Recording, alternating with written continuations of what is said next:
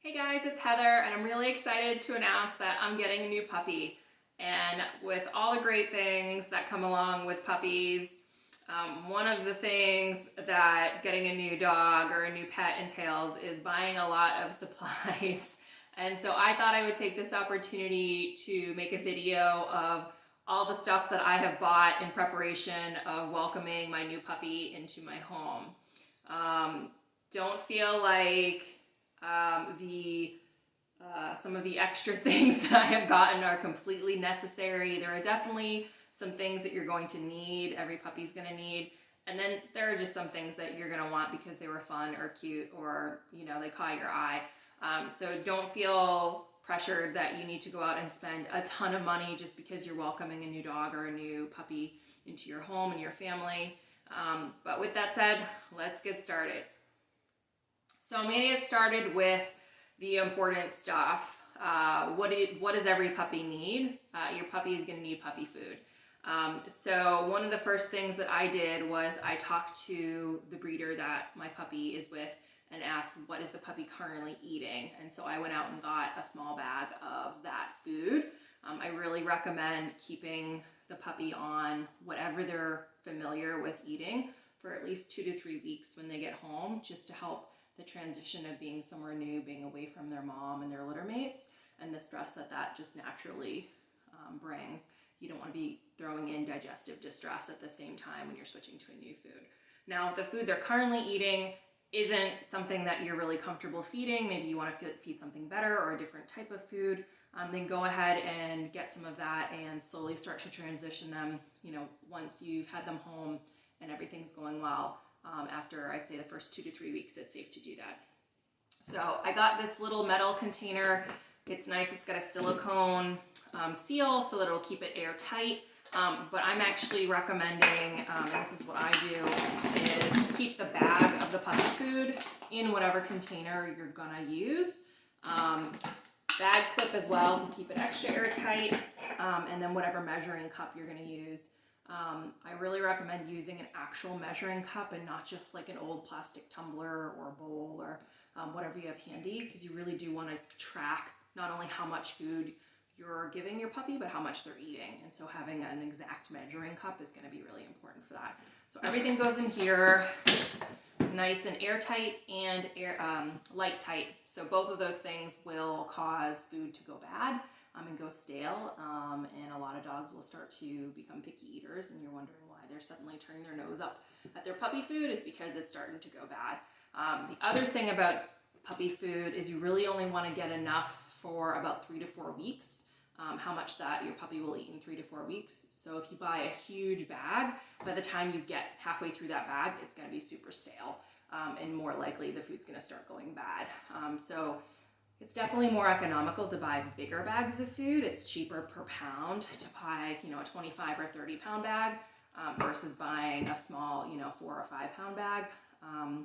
But unless you have the freezer space, and remember to portion out that food, what you're going to do is basically put anything that they're not going to eat in the first month in the freezer, and then that way it's keeping it fresh. But that's probably going to take up some freezer space, so make sure you have that. Otherwise, just buy a smaller bag to keep it fresh.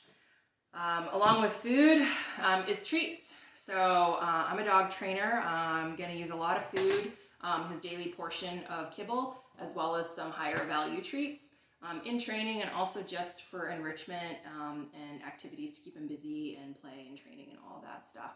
So I'm pretty picky about the ingredients that I like to feed my dogs. So I want to look for really quality brands, stuff that's made in the US, stuff that's minimal ingredient. I like the freeze-dried meats, that type of stuff, the raw stuff that's shelf-stable. Those make really not only high value, but they're really palatable, and the dogs and puppies really like it and tend to minimize any sort of upset stomach and digestive distress. Versus giving them lower quality treats or treats that just have a lot of ingredients that are going to be new to the puppy. So I like this brand, Full Moon. I got this bag at Tractor Supply, actually had these. And they have a couple of different types. These are the beef savory sticks. And they look like really little skinny sausages. I like them. You can either hold them in the hand and let the puppy kind of nibble at the end, or you can cut them up into really little pieces and use them that way. So got some of these because I saw that our local Tractor Supply had them. I got some of these are Instinct, the Raw Boost mixers, and it's basically just chicken and some vegetables. Instinct, I like that brand. I love the raw ingredients. And I got these at PetSmart, at our local PetSmart. And then the third type of treat that I got, for now at least, is the Stella and Chewy meal mixers. And these are also chicken as well because the puppy is currently eating a chicken-based food, and I wanted to change as little as possible, like I said earlier, to minimize any sort of digestive distress on his little system. So Stella and Chewy's I'm a big fan of. They have frozen raw, they have shelf-stable, freeze-dried raw. These meal mixers are great. We use them in our training with all of our clients as a high-value treat. We also, I've used them personally with picky eaters, just a little bit on top of their meals to help kind of entice them to eat a little bit better. So I love those as well. Remember, you're gonna need bowls for your puppy, and I only bought a couple. I have lots of big ones, but I actually had to go out and buy some really little ones. I've never had a puppy this small before. I really prefer to use stainless steel bowls because you can throw them in the dishwasher. You can make sure that they're really clean and sanitized versus the plastic and ceramic bowls. And the ceramic bowls, there's so many cute options, and I was looking in the store and I was so tempted to buy some.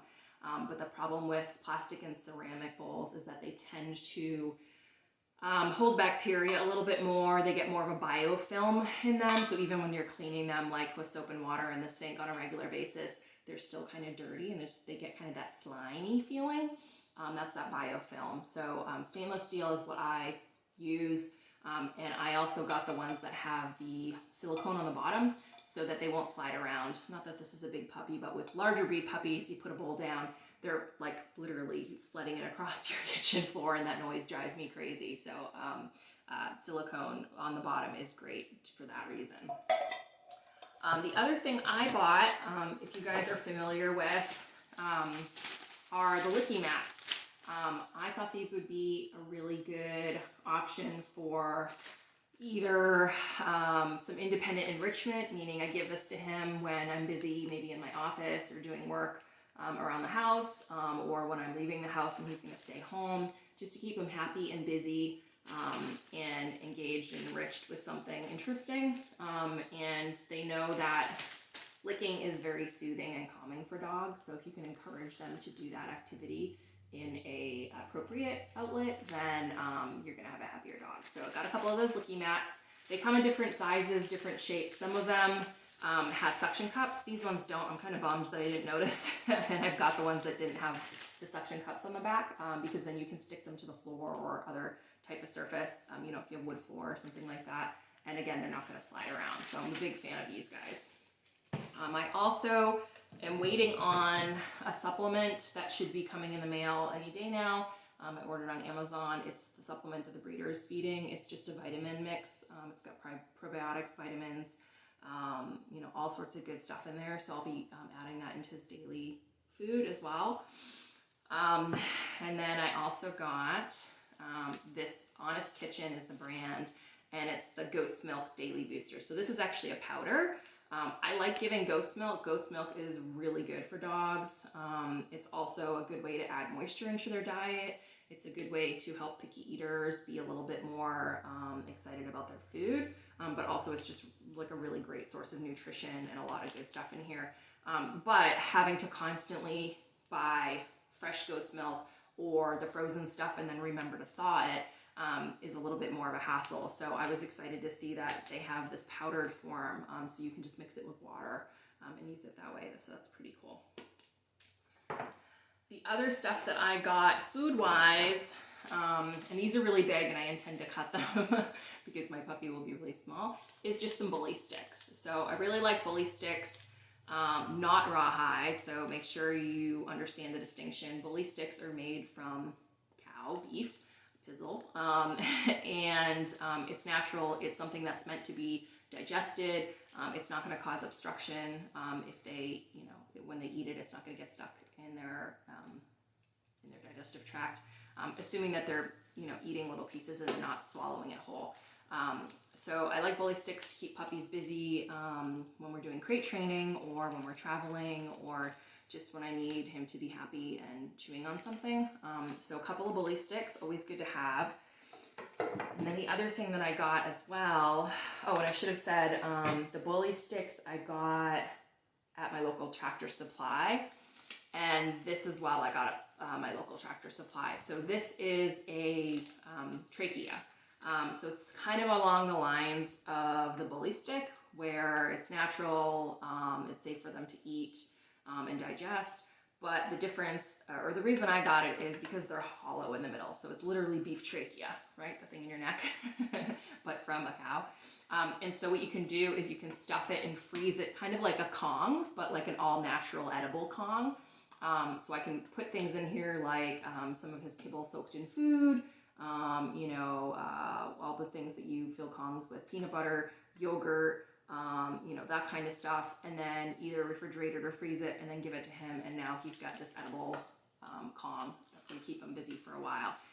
Just like with the bully sticks, I bought a really big one, so I'll definitely be cutting this into smaller pieces for him. But these are really cool to have on hand, especially when you're crate training puppies and you need them to be happy in their little crates. All right, so that about covers food and treats. Let's talk about the toys that I got him. So I went a little bit overboard. I told myself I would only buy a couple until I know the types of stuff that he likes. And then I kind of lost my mind and bought a lot of toys. So don't feel like you need to follow my lead and go just crazy. But you do want to have a couple of different types of toys. So I just thought this one was super cute. I got this at the local PetSmart for like $3. Just a little spider because they have Halloween themed toys out right now. I just thought he was super cute. I really like this little octopus. I got him at our local pet store. Gosh, what's it called? All Pets Considered. So that's where he came from. He was a little bit more expensive, but I just thought he was so cute. I had to buy him. I ordered some stuff from Chewy, and I'll show that to you in a minute. But they actually included a couple of free toys with my order, which is super awesome. Chewy's awesome. I'm a big fan of Chewy.com. I've ordered from them for years. I know a lot of clients have used them and have great stories. They tend to have really nice customer service. If you ever have an issue with your order, they're really quick to resolve that. And they do stuff like throw in free toys or send you like holiday cards, that kind of stuff. So as a company, I'm a big fan of Chewy.com. But these are just little soft ski dog toys. What else did we get? I had to get a lamb chop. I don't know why, but every single dog that I've met loves the lamb chop toys. And they come in a million different sizes. My mom's dog has a huge one. And I got the smallest one they had for my puppy because he's tiny. But the lamb chop toy, I don't know why dogs just really like these. Lamb chop I got as well at All Pets Considered. I don't remember how much he was. I want to say maybe like $6. I found this Outward Hound Hide-a-Squirrel, and these are one of my favorite toys, and we actually recommend this toy to a lot of our training clients and our puppy clients because you can use it in a bunch of different ways. But I found this one at Marshall's, and it was like $6. So Marshall's definitely my new favorite place to go and look for dog toys. I kind of forgot that they have a dog section because I've been without a dog for a little while. But the nice thing about these toys is it comes with these little, let's see if I can get one. I can't really get them out of here, but they're basically little stuffed squirrels. There's a couple of them. And so the dog can spend time like pulling them out of their little tree. But we also like it because the little squirrels are identical. We use this sometimes with our puppy clients when we're teaching a fetch. Because when you're teaching dogs to fetch a toy, We find it really helpful to use identical toys so that they don't have a preference where you throw one and they like that one better and then they don't want to swap for the other one that you're holding. So having something where they're little identical toys is really good when you're working on your fetch game with your puppies. Plus they're super cute. Another toy from Marshall's is this Outward Hound again. That's a really good brand. I found that their products hold up pretty well.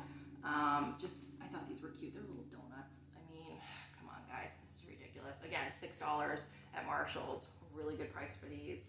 I am kind of looking forward to seeing how big these look compared to the puppy and taking lots of pictures with him and his massive donut. I think that's going to be really cute. Of course, we had to buy some Kong toys. Kong's another brand that I'm a big fan of. They hold up really well. I actually already had these little teeny tiny Kongs. I've had them for a while and I've never had a dog small enough to be able to use these with, so I'm pretty excited. One of the reasons I really love Kongs is that they're dishwasher safe. So I threw these in the top shelf of my dishwasher, make sure they're nice and clean and sanitized for my new puppy.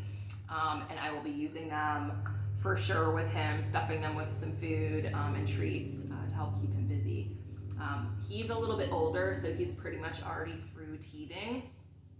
So I don't know that he's going to need a lot of teething toys, but regardless, the Kongs are always a big hit. And I'm a big fan of the fact that you can throw them in the dishwasher. The other thing that we got, and I don't know if this is going to be too little or too big. I think this actually might be the right size, as I got this little mini Nylabone. I mean, this thing is like, I don't know, 4 inches, 3 inches. It's so cute. And depending on how strong of a chewer he is, this may be too soft for him. We may have to get him something more durable, or this might be right for him. So that's a big thing with chew toys. Anything that your dog, especially like the Nylabones or the bully sticks, that type of stuff that they're really going to be spending time gnawing on, you need to know what type of a chewer your dog or your puppy is, and you don't want to give them something that they're able to go through in an unsafe way. So if they're pulling off big chunks of your Nylabones and those type of things, it's probably not an appropriate chew toy for them. You either need to size up or go up in the type of durability, right? So on Nylabone, it tells you if this is for a gentle chewer, a moderate chewer, or an extreme chewer. My last dog, everything I bought her had to be rated for an extreme chewer because she just beavered through stuff so fast, and she was such a voracious chewer. Like, she would literally swallow this whole if you let her. So you gotta get to know your dog. Every new toy is a supervised only toy, and what I mean by that is he will only get it when I am watching and supervising until I know how he interacts with it, and I can tell if it's safe for him to have it unsupervised or not. The things that I generally feel safe after learning their habits to be an unsupervised toy would be things like your hard chews, your bully sticks, your Kongs. I generally don't like to leave things that have stuffing or pieces inside unsupervised because you don't want them swallowing that if they suddenly get it open and all of a sudden now there's new exciting things for them to play with and swallow. The stuffing is not meant to be swallowed even though it's a dog toy. The stuff on the inside is not edible. So just be mindful of that. And then I also got these cute little, they're called Holy Rollers, right? Because they have little holes in them. Again, I got 2 of them. They're different colors, but they're identical sizes and how they feel. So we'll see if he likes these and we can use these for playing fetch. It's by the JW company. Again, it's another good company I like. The bigger ones of these, if you have a bigger breed puppy, or even I might get him a bigger one just to do this, you can get the bigger ones and then get some old fabric, an old t-shirt, some old felt, and put it in, tie it in a knot, and roll it up and like stuff food in there, right? So then you can turn this into kind of a enrichment discovery toy for them. So that's a great use for these guys as well, aside from actually like throwing and fetching. And of course I had to get a cute basket. Another Marshall's fine, it was like $7. I just thought it was super cute to keep all of his things in. And I find that a lot of dogs enjoy pulling stuff out of their basket. So once everything gets pulled out and it's on the floor, I'll put it back in, and then it's another exciting round of pulling stuff out of their basket. So that's dog toys. Let's move on to, I don't know what we call this. Let's move on to the next section. potty and grooming. So what do we know about puppies? Their bladders are really small. They haven't learned how to hold it for long periods of time. They're going to need to be potty trained. So with that, we expect some amount of potty accidents in the house. That's normal. That's to be expected. It's nothing to punish the puppy over. But you do want to be prepared. So you want to make sure you have a good cleaner. Definitely an enzyme or an enzymatic cleaner. I like the Nature's Miracle, and it says right on it, enzyme formula. There's a couple of other brands as well that make similar products. So test them out, see which one you like and what works best for you. Some of them are scented, and some of the scents I find really unpleasant. So that's another difference, but it's really just personal preference. I like the Nature's Miracle enzyme formula. I'm sure we'll go through this. So definitely want a cleaner for the pee and poop accidents in the house. The other thing you're gonna need are poop bags. So there's a million different options out there for poop bags. There's a million different options for poop bag holders. I'm not a big fan of having the poop bag holders attached to my leash. I prefer to just take a couple bags and either stuff them in my pocket or tie them on the end of the leash. Those plastic things that kind of hang on the end of your leash just annoy me personally. So I got the earth rated poop bags. I like these. They're not so thin that they rip. That's really gross when you're going to pick up poop and the bag's ripped. And these are in one big roll, so they're not the little rolls. Because like I said, I don't generally want to carry those in a poop bag holder. So I can just pull them off the roll and go for our walk or go outside. With pee and poop comes grooming, because they're going to make a mess. And potentially they might get some on them. So I bought a puppy shampoo. This is the Earth Bath Ultra Mild Puppy Shampoo in Wild Cherry. This brand's been around a long time. It's pretty mild. When I looked at the ingredients, there's not a lot of stuff in it that I'm not a fan of. And there's not a ton of fragrance in it, although it does have fragrance. I would much prefer it to be fragrance-free. But I'm actually lucky that my best friend is a professional dog groomer. She's the one that hopefully will be doing all of my grooming needs with this new puppy, at least until she teaches me how to keep up with that on him. And she's going to be giving me some of the shampoo bars that she uses in her business, which I'm excited about. But for now, we'll use this puppy shampoo anytime he's dirty, or I know the breeder said that he's getting bathed on a pretty regular basis, like twice a month. So he's already pretty used to bath time. Hopefully that will transition to my house. I don't have them now. They're still on order. But I have a comb, a couple slicker brushes. What else did I order? Nail clippers, toothbrush. So I have all of those things because I've had dogs forever and I'm a professional dog trainer and I have tons of dog stuff. But I wanted to buy fresh, clean, brand new, that kind of stuff for the puppy. So I have a new brush coming. I have a new slicker brush coming, recommended by the groomer, the one that recommended by his breeder, the one that she likes to use. The comb was recommended by my best friend, who's a professional groomer. Nail clippers, it's just a personal preference, the kind I like to use. But getting new means that they're going to be nice and sharp. That's the only downside to using an old pair of dog nail clippers, is they get dull or they get rusty as they get older. And so you want to use new ones that are nice and sharp. And then of course I got some toothpaste and toothbrush, because like with most puppies, that's something you want to introduce really early. And because he is a toy breed puppy, the smaller the puppy, or the smaller the adult dog, generally the small breeds have more dental issues because they have the same number of teeth, which I think is so amazing, as a large breed dog. So little Chihuahua has the same number of teeth as a great big German Shepherd, but all of those teeth are smushed into, an inch or two of mouth space. So they tend to have more dental issues. They tend to lose more teeth as they get older, more buildup. So dental care is even more important if you have a small breed puppy. It's important with all dogs, just like it's important with all humans, no matter your diet and your other health, you need to take care of your teeth. But especially small breed puppies, you want to be really aware of dental health and get that started as early as possible, and have regular checkups and potentially start budgeting for regular dental cleanings, and then extractions possibly down the road with your vet. Okay, So let's go on to bedding, blankets, all that stuff. So I recently moved, and so I did not take all of my old dog blankets and dog towels with me because most of them were pretty ratty and old. So I had to buy all new of that stuff for this puppy. So I went to Big Lots because it's dog towels and dog blankets, and with a puppy, they're likely to get chewed on and ruined. So I didn't want to spend big bucks. So I got a couple of, they're actually pretty nice, just fleece blankets, 2 of these from Big Lots. I think they were like $6 a piece. They're probably not going to be super high quality where they're going to stand up to lots of washing, but you know, if they last me a while and get me through, you know, until he's a little older, I'm happy with that. So a couple of fleece blankets. You never know when you're going to need that.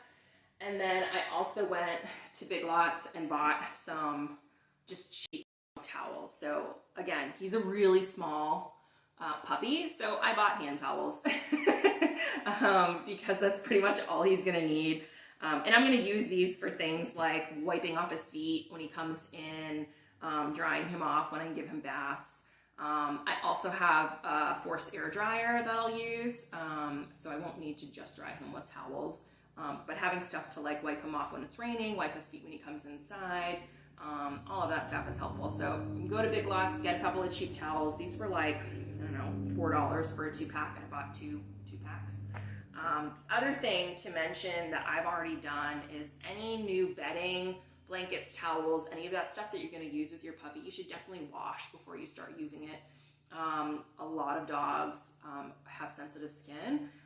And I also have sensitive skin, so I only use the free and clear laundry detergent, and that's what I recommend you use with your dogs. Even if you use different detergent, I would get a small bottle of the free and clear to wash your dog stuff in, because a lot of times the fragrance and the other chemicals in your normal laundry detergent, coming from a background in veterinary care, we saw a lot of dogs that would come in with unexplained like rashes and irritations on their bellies and their legs, and doing a little bit of detective work, we would find out that the dog had a sensitivity to the detergent or the fabric softener or whatever it was that they were using to wash their bedding and their towels and that kind of stuff. So blankets and towels, already washed, free and clear detergent.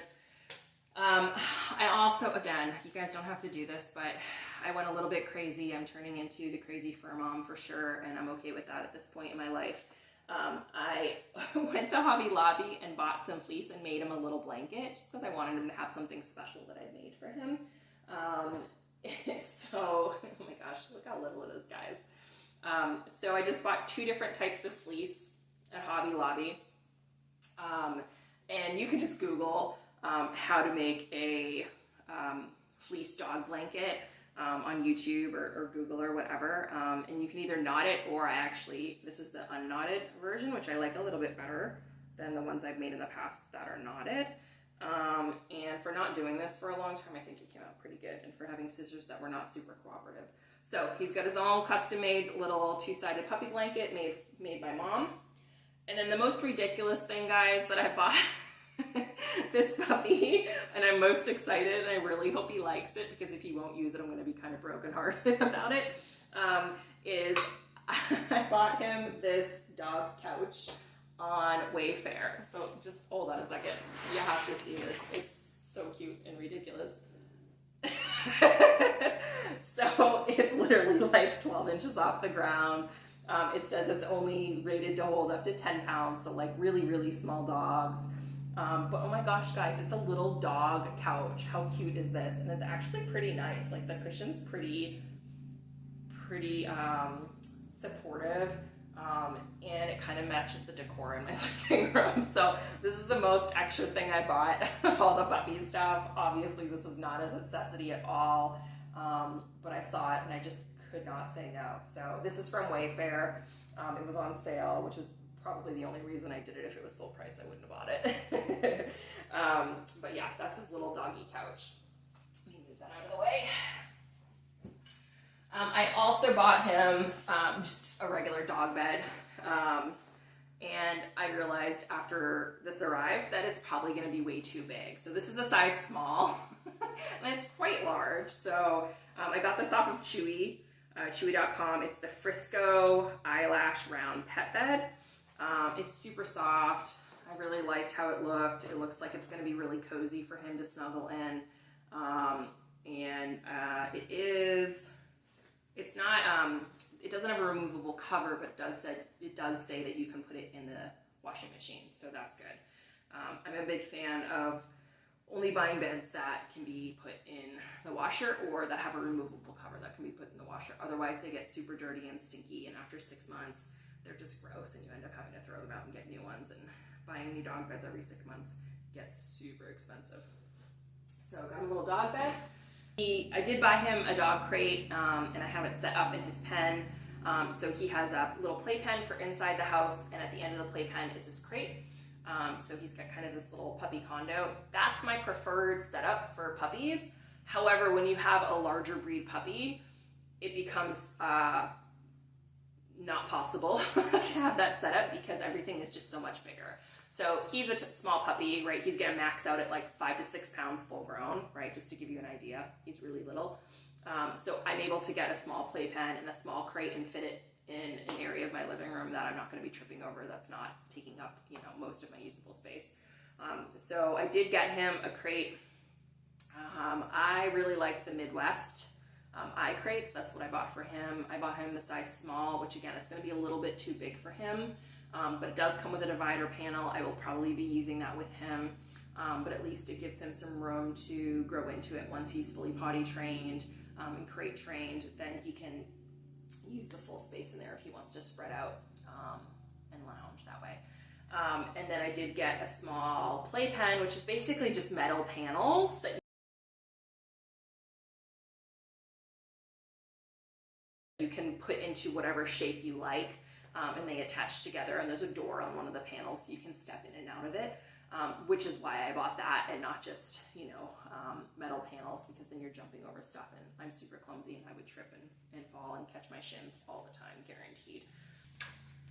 So the other thing I bought, and you might want to think about depending on the layout of your house, is a gate for your stairs. So if you have 2 stories, or if you have stairs that lead into a basement or something like that, you probably don't want your puppy running up and down stairs without supervision. I'm actually more worried about this tiny puppy like falling down the stairs just because of how small he is and hurting himself. So we'll be putting the gate up anytime he's out in that area where he can access the stairs, unless I'm going to be walking up and down the stairs with him, because he will have to learn how to do stairs. That is a life skill that dogs need to learn, but I don't want him doing it when I'm not paying attention, and I'm not there to kind of supervise and help him if he's struggling. So this is just a 3-panel wooden gate, right? Again, little puppy. It doesn't have to be as sturdy and secure as if I had a larger puppy. You would want something that probably is bolting into your wall and that is more secure. I don't think he's going to be able to push this over. So the next section is leashes and collars. So I'm still waiting on his tag. That was one thing that it just hasn't arrived yet. But you definitely want some sort of identification on your puppy anytime that they're leaving the house, just in case. Even if they're microchipped, microchip is definitely recommended as an additional form of identification. The problem with microchips is that it's not readily apparent that your pet is identified. They have to bring the pet somewhere, a vet office, potentially, a fire department, police station. Sometimes they have the scanners too, to have them scanned to see if they have a microchip. So having an ID tag is also a really good idea as well, with something just as simple as your phone number and address, or your phone number, or some sort of way that they can contact you if, God forbid, your puppy got out the door and took off, or, the leash broke or the collar broke or something like that happened and they took off when you were out walking them around outside. You want a way for people to identify who he belongs to. So we do have a tag coming. It's super cute. I'm really excited. Everything is so small and little and adorable. I'm kind of dying of cuteness overload as I'm buying all of this stuff. But we also got him a collar and just a light leash. So I'm a big fan of a drag line or a house line, meaning your puppy wears a light leash or a light piece of rope, whatever you have handy, when they're loose in the house. so that if they start to wander into an area that you don't want them to have access to, or they're maybe doing something they shouldn't, like starting to chew on your couch, or bark at the mailman out the window, or whatever, the whole host of things that puppies do that we don't like but they don't know aren't appropriate yet, because it's our job to teach them.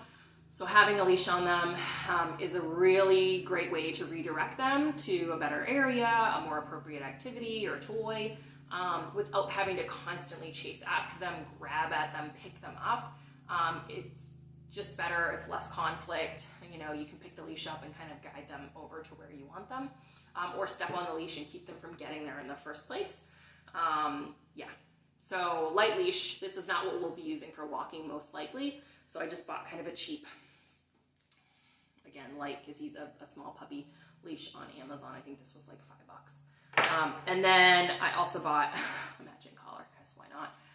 And I honestly think this might be too big for him. So I'm going to keep the tags on until I get him, so that we can size it. But this is just a really small martingale collar. So I like those because it keeps the puppy from being able to slip out of them, as opposed to a flat collar. Especially because this puppy is going to be very fluffy, and so I think he's deceptively fluffy. I want to make sure that he can't pop a collar off when I'm trying to use the leash to guide him. But this is just a Pet Safe brand martingale collar, and this is the size petite, which is the smallest one they make. And it can be made smaller. It is adjustable. I haven't done that yet because I kind of want to eyeball it when he gets here to see if it's something that will work at all, or if I need to exchange it for something else. So leash and collar. I highly recommend that if you're putting your puppy, and you should be, putting your puppy in a crate or a playpen, some sort of secure confinement. It's definitely a must when you're training your puppy, and it gives you a break from having to be on puppy duty 24/7. But I like my puppies to be naked, and even my older dogs, I like them to be naked when they're unsupervised, when they're crated and confined, just in the off chance that some part of their collar might accidentally get stuck on the bars of the crate or the bars of the pen, wherever they are. And if you're not home, or maybe you're in a different part of the house and you can't hear them, God forbid they would get stuck and hurt themselves, or just, there's a million things that could happen. So that collar is really only going to be worn when I'm with him. He'll be naked, as we say, when he's unsupervised and left in his pen or in his crate. So something to think about for your puppy. So the other thing that I have is a slip lead. This is the smallest one I could find. He's used to being walked by his breeder on a show lead, which is basically just a nicer looking slip lead. Because most people that show dogs, that's how they show them. You watch the dog show, Westminster, the Kennel Club, all that kind of stuff. The dogs are on these type of, let's see if I can show you what it is, a slip lead. So there's like this kind of, I call it the lasso, right? Like the lasso leash, like you would use like on a horse, right? When you're, I don't know why I think that, but like lasso, like the cowboys used with horses to catch horses. That was a thing, I don't know. But it's a slip lead, so it's a leash and collar in one. It has this little stopper so you can adjust it so that it's snug enough that it's not going to come off, but not so snug that it's putting pressure on the puppy. So that's what this little stopper is for. So that's probably what I will walk him with, at least initially, because that's what he's accustomed to. That's what the breeder's been using, is a show lead, which is fancier, nicer looking slip lead. And then we'll go from there. There's a whole host of options out there. So if you want to, use a harness on your puppy, go ahead. I'm a big fan of, using harnesses on small puppies and not teaching them to pull against their collar until they're ready to be leash trained and work on loose leash walking. So if you just want something to take your puppy from point A to point B, or for quick potty breaks or quick walks around the neighborhood, a harness is totally okay for that. You just want to make sure that it fits them well. Harnesses are definitely easier for puppies to slip out of, and that's something that happens a lot. So making sure that it's adjusted really well on their chest and around their chest, their chest and around their back is really important. And the problem is a lot of the small puppy harnesses are just not adjustable enough. They tend to be like mesh or material, and it's just Velcro, so there's no adjustability. There's no way to make it smaller or larger. So I will have to see how big he is and if we can find a harness option for him, or I may just forego a harness altogether, because we have some collar and leash options, and he's old enough that we're definitely going to start working on loose leash walking pretty much right away. But yeah, harnesses, leashes, collars, just pick the one that makes the most sense for your puppy and your family and your lifestyle. Just make sure it fits them well and it's adjusted well so that they can't slip out of it. That's the only thing. The only lesson I want you to take home is just make sure it's fitted well. Because if they pull back and try to back out of it, and it pops over their head, or with the harnesses, it kind of comes up over their back and over their head, and now they're naked, loose, running in the middle of the street. That is the last thing I want for your puppy. It's dangerous, it's scary, it's traumatizing for everyone. So you just want to make sure that you have a secure way to walk your puppy, whether it's a collar or harness, whatever you're using, head halter, whatever. There's a million options out there. Find one that works for you and your puppy, and use it well and make sure it's fitted well. The last thing I will talk about is car safety and travel safety. I'm a big advocate of car safety because unfortunately I know a lot of families and dogs and people that have had bad stuff happen when they've been in a car accident, and they've had a dog in the car and it was not securely confined. Bad stuff can happen the same way that when you have kids in the car and they're not in their car seats, bad stuff happens when you're in a car accident. So think of your puppy as a newborn baby. You're bringing home from the hospital. You would 100% put that newborn baby in a carrier, in a properly installed, properly fitted, age-appropriate baby carrier. You should put that much thought into how you're going to travel with your puppy in the car. He's a small breed puppy, so I'm very lucky that even when he's full grown, he will definitely fit in a crate in my car. Heck, I could probably put a dozen of the type of crates that he fits into my car. With larger breed puppies, that's obviously not going to be an option unless you have a very large vehicle or you're having like a custom crate built, which is cost prohibitive for most people. So if crating your dog or your puppy isn't an option in your car, the next best thing is to get a car harness, which may be different from the harness that you use when you're walking, because you want to make sure that it's a Y harness, meaning it comes right like in a Y down across their chest, so that if they were in an accident and they were to kind of get pulled by the momentum of the car stopping quickly, all of the pressure would hopefully be into the harness on their chest, not around their neck or on their back or any other part of their body. So a good car harness, again, proper fit is so important, and then some sort of a tether or attachment.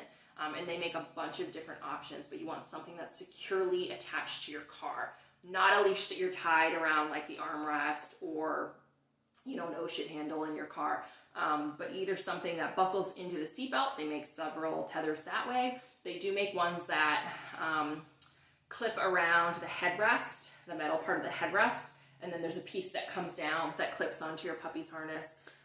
So harness and tether secured to something movable, something that is not going to give in the event of a car accident, right? So the seat belts, metal part of the frame in the cargo area of your SUV, all of those are good options. Something that's keeping their movement limited, which means the harness and tether combo shouldn't be allowing them to walk back and forth across all of the seats in your back seat, or jump over the seat, or get onto the floor of the back seat, or wherever they are. They should be pretty limited in their ability to move. Basically, they should be able to stand up and sit down or lay down in one small area. That's going to be the best option if you can't crate. And if you can't do either of those two things, you probably shouldn't have your dog in the car. It's just really not safe. Again, it's like having kids loose in the car without a car seat. It's just not a good option. So I think that's it. Thanks for watching. Stay tuned for more puppy videos and the puppy reveal. I'm really excited to introduce you guys to him. He's so cute. I'm gonna lose my mind. I can't even stand it, and I haven't, I don't even have him yet. But anyway, happy puppy training. Bye.